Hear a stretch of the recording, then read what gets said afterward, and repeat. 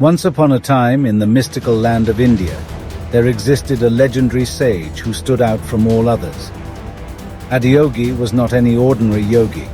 He was a force to be reckoned with, fierce, unpredictable, and brimming with boundless energy. His very name, which translates to the first yogi, speaks to his status as the progenitor of the yogic sciences. But what is the tale behind his enigmatic persona, and where did he originate from?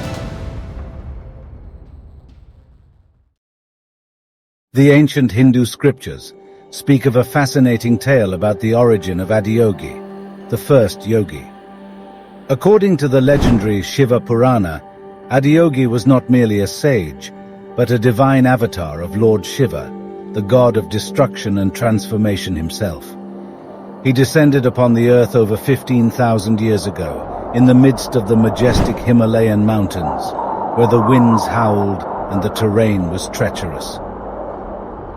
The world at that time was a vastly different place from the one we know today, with the climate colder and more unforgiving, and the stars that lit up the night sky seemed to be in constant flux.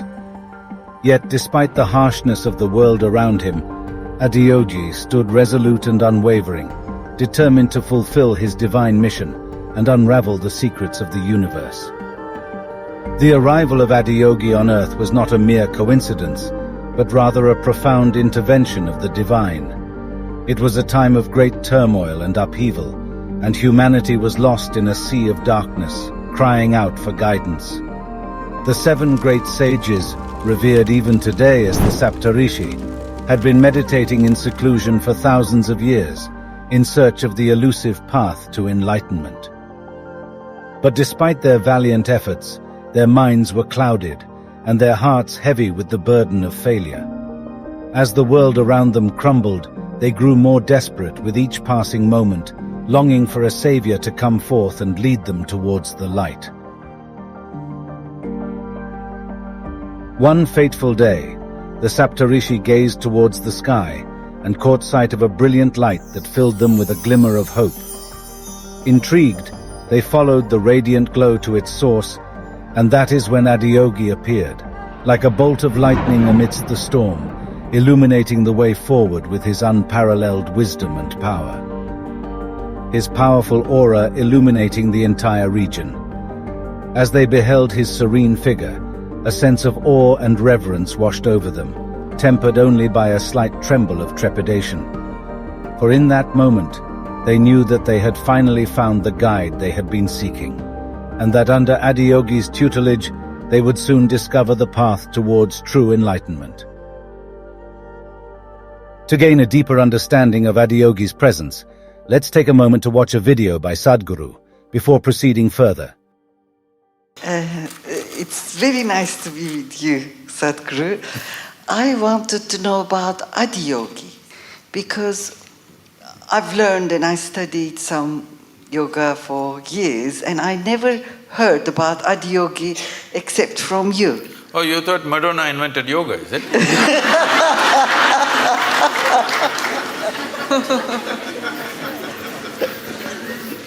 The word Adiyogi means the first yogi. We don't know the exact time, but it's somewhere over 15,000 years ago.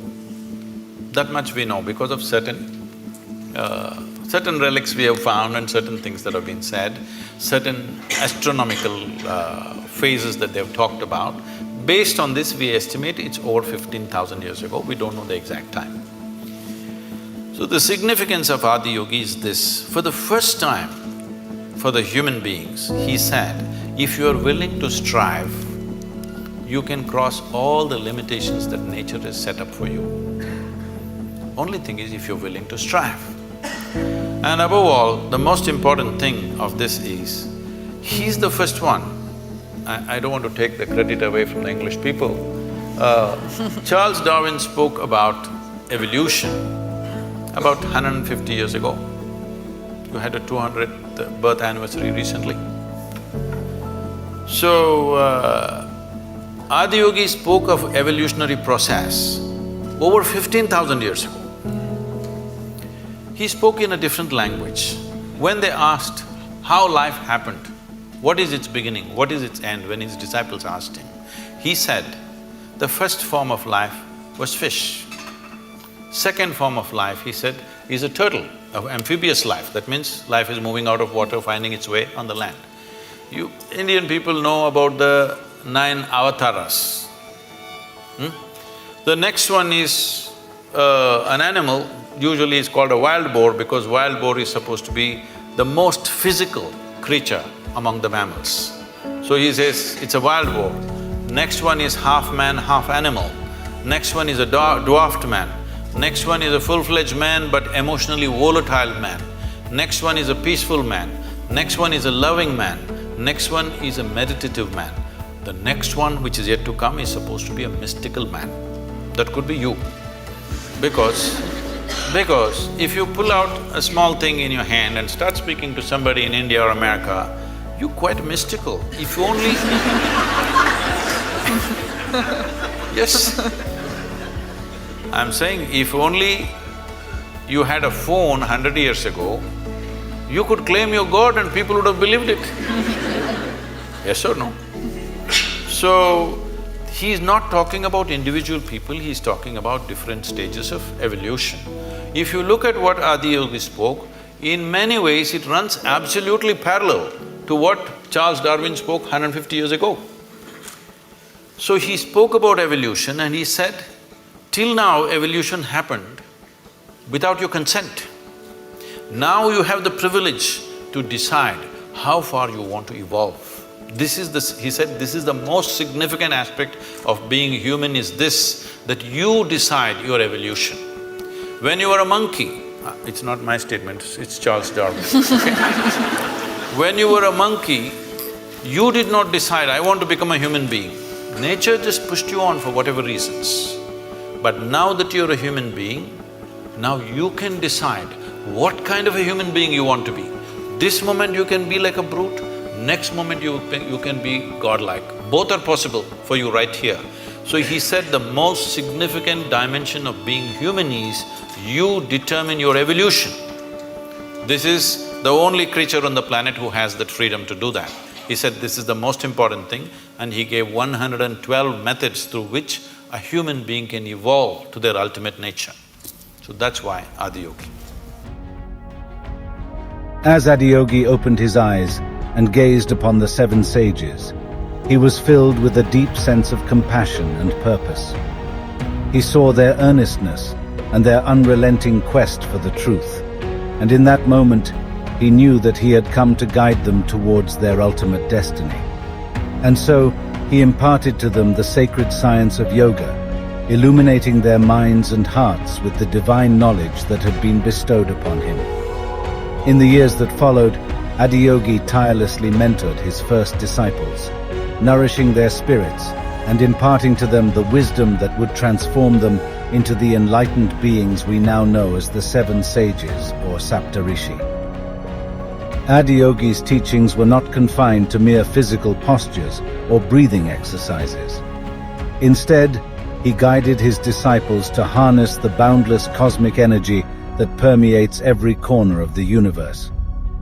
He instilled in them the art of transcending the limitations of the body and the mind and attaining a state of ultimate reality.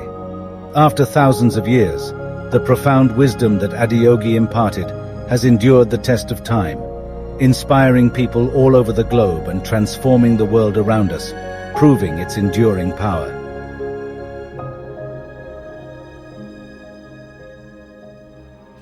As for Adiyogi himself, the enigmatic sage departed this world in a way that remains shrouded in mystery. Legends tell of his transcendence into the very essence of the Himalayas, where his powerful energy lingers to this day, echoing through the peaks and valleys of the region. Some whisper that he has never truly left, that his ethereal presence can still be glimpsed by those whose hearts are pure and whose souls are yearning for the truth. Yet whether he has truly vanished into the mountains or remains as an ethereal presence, Adiyogi's legacy and teachings continue to inspire seekers of knowledge and truth across the world.